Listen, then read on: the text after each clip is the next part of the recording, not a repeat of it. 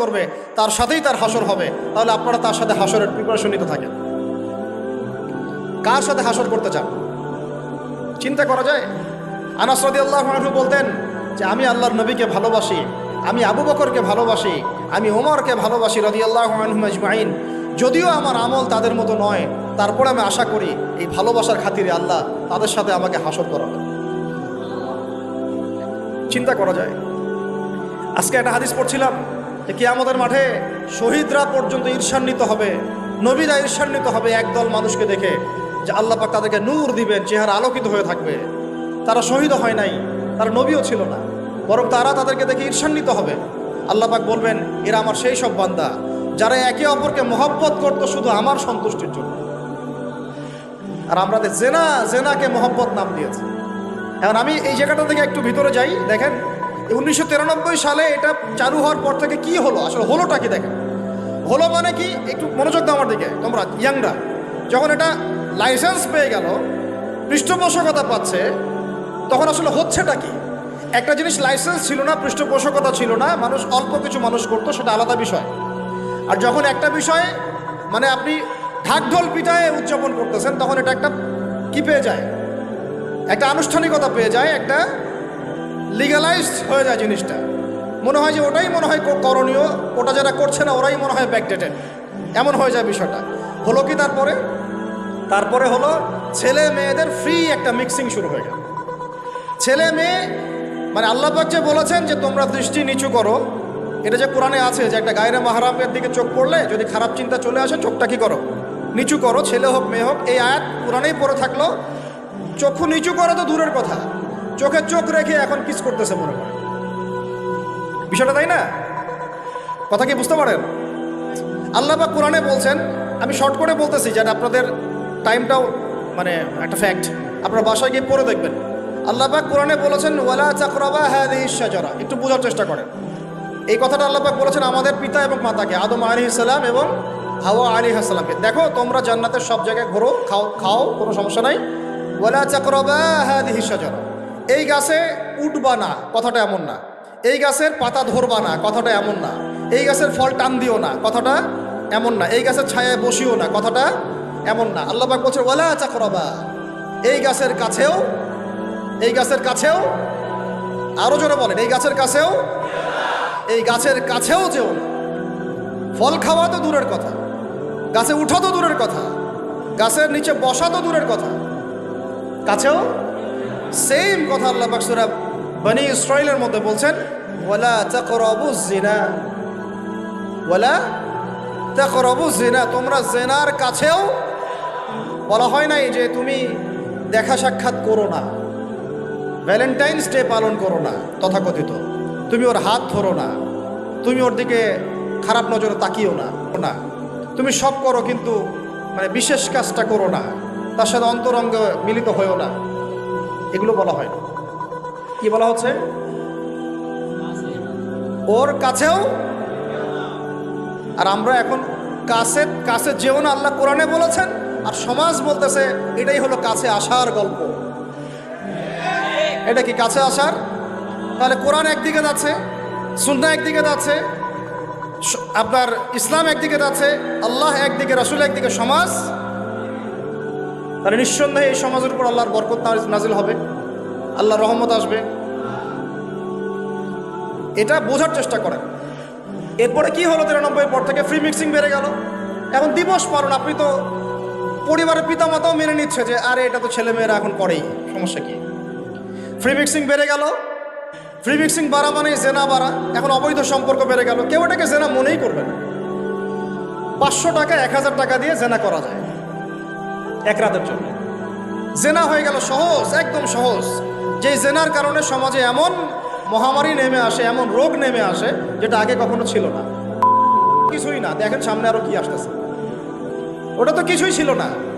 শুধুমাত্র জেনার কারণে, বেহায়াপনার কারণে, সমকামিতার কারণে এবং অশ্লীলতার কারণে আল্লাহ পাকের পক্ষ থেকে এমন এমন রোগ ব্যাধি আসে, বালা মুসিবত আসে, যে আগে কখনো পৃথিবীতে আসে নাই। তা আমাদের সবার প্রস্তুতি গ্রহণ করা উচিত। ভ্যাকসিন বানাইতে থাকেন এখন থেকে। প্রস্তুতি মানে কি? প্রস্তুতি মানে ভ্যাকসিন। প্রস্তুতি মানে এটা নিবে না যে এগুলো থেকে আমরা দূরে থাকি, তওবা করে ফিরে আসি, এইটা ওদের কাছে প্রস্তুতি না। প্রস্তুতি মানে গজব আসুক, দেখা যাবে, ভ্যাকসিন নিব, তখন দেখা যাবে, সমুদ্র ঢেউ আসুক, আশ্রয় কেন্দ্র বানাবো, ওখানে গিয়ে থাকবো, দেখা যাবে, সুনামি আসলে দেখা যাবে যে যে এলাকা উঁচু ওই এলাকায় সব মানুষকে গিয়ে রাখবো। আমাদের প্রস্তুতি এইটা না যে আমরা আল্লাহর হারাম থেকে ফিরে আসি, তওবা করি, আল্লাহ বরকত দিবে, রহমত দিবে, মাফ করবে, এটা প্রস্তুতি না। এটাই হচ্ছে আমাদের বুদ্ধির অবস্থা। এই বুদ্ধি নিয়ে আমরা দাবি করি আমরা বুদ্ধিজীবী, এই বুদ্ধি নিয়ে আমরা সমাজ চালাই, এই মাথা নিয়ে আমরা সমাজ চালাই।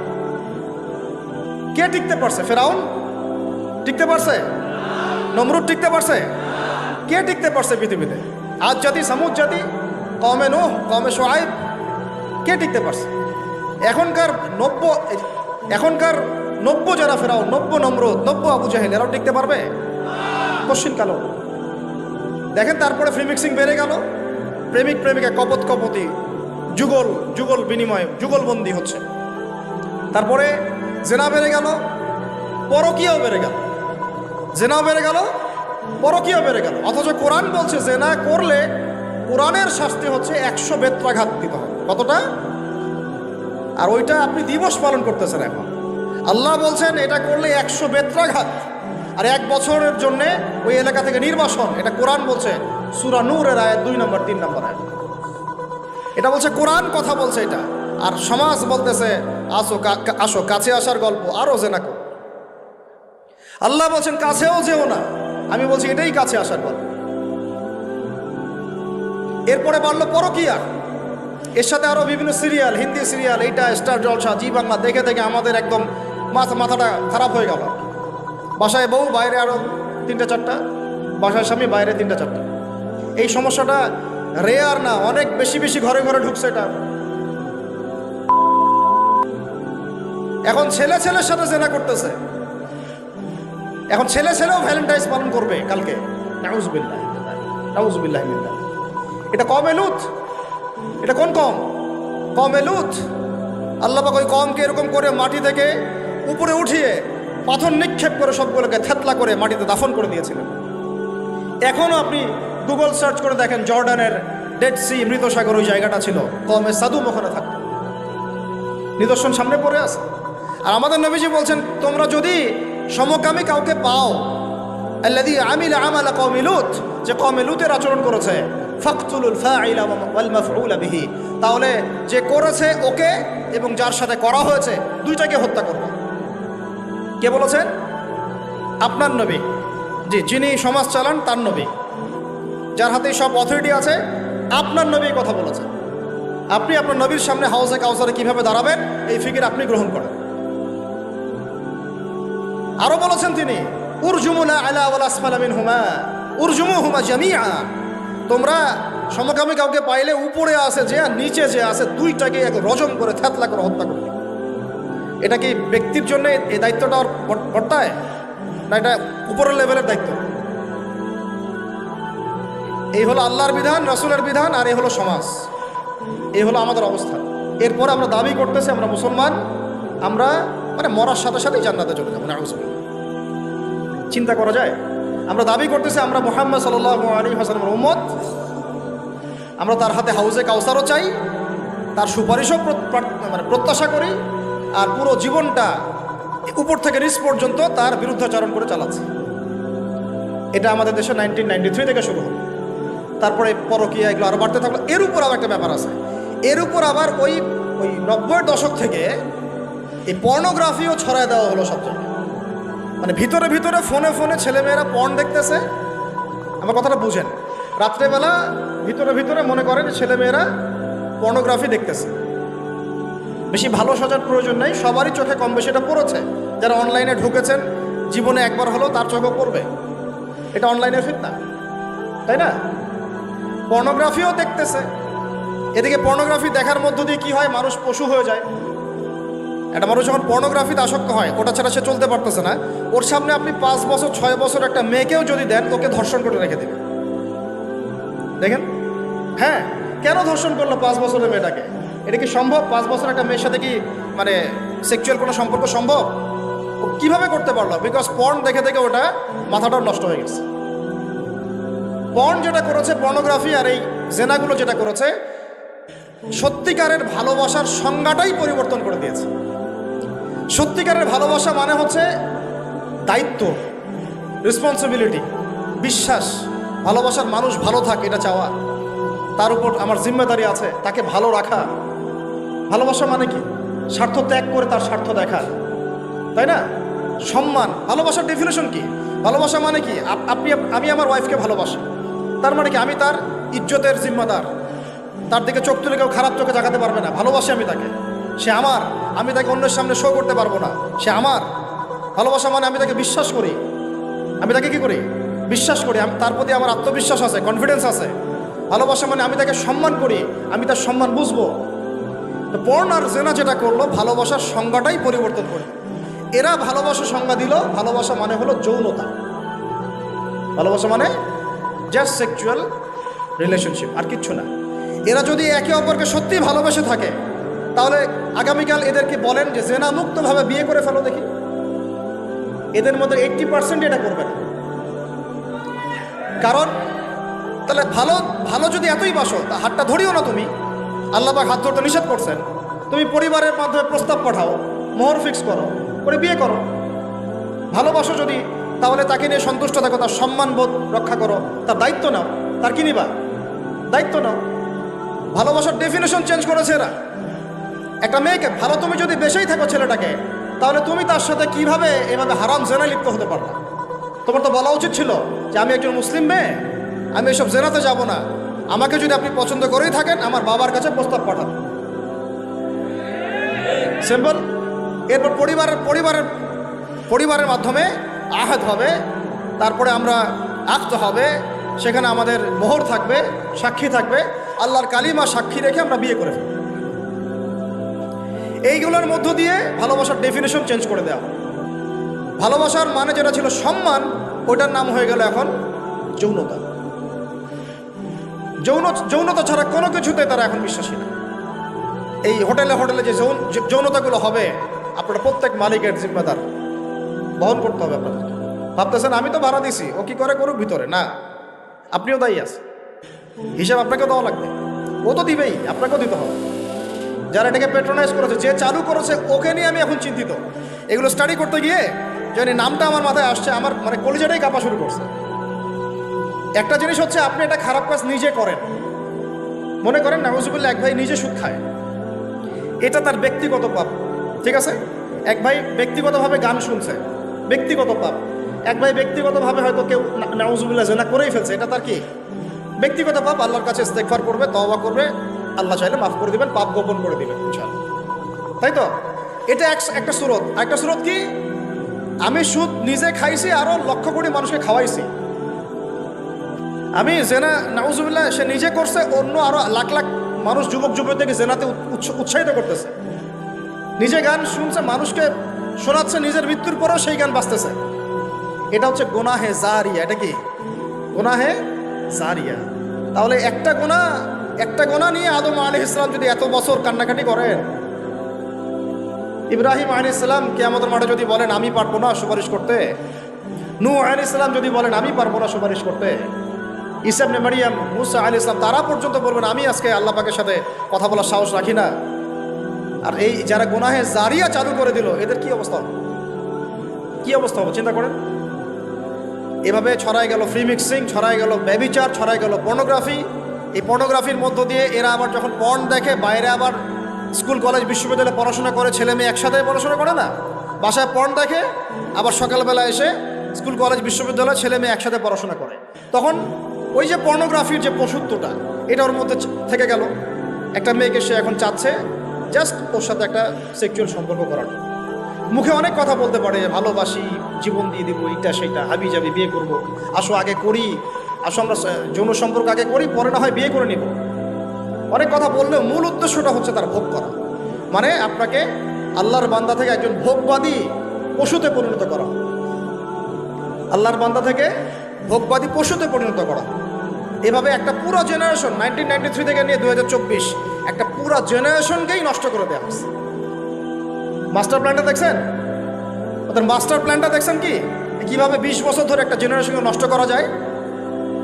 আর আমরা যারা স্কুলে পড়তাম, কলেজে পড়তাম না, আমাদের সময় এগুলো হতো, তখন আমরাও এগুলো বুঝতাম না। আল্লাহ পাক আলহামদুলিল্লাহ আমাদেরকে এই জাহিলিয়াত থেকে বের হয়ে আসার তৌফিক দিয়েছেন। এই শুকরিয়াটা আমরা আদায় করে কিয়ামত পর্যন্ত শেষ করতে পারবো। আর আমাদের দায়িত্ব অন্য ভাইদেরকে ফেরানো, বুঝানো, শেখানো, জানানো। ইনশাআল্লাহ আল্লাহ চান তো এই প্রজন্ম ফিরে আসবে ইনশাআল্লাহ। এই কথাগুলো সবার কাছে প্রচার করবেন। দেখেন তারপরে আরো পরকীয়া তো বেড়ে গেলই, জেনা বেড়ে গেল, পরকীয়া বেড়ে গেল। এখন বলতেছে বাক স্বাধীনতা। একটা ছেলের সাথে সম্পর্ক করতেই পারে, নাউজুবিল্লাহ। সে বলছে ভালোবাসার আবার লিঙ্গ কি? কয়দিন আগে বলতে ভালোবাসার আবার ধর্ম কি, এখন বলছে ভালোবাসার আবার লিঙ্গ কি? নাউজুবিল্লাহ। ভালোবাসার কোনো লিঙ্গ নাই।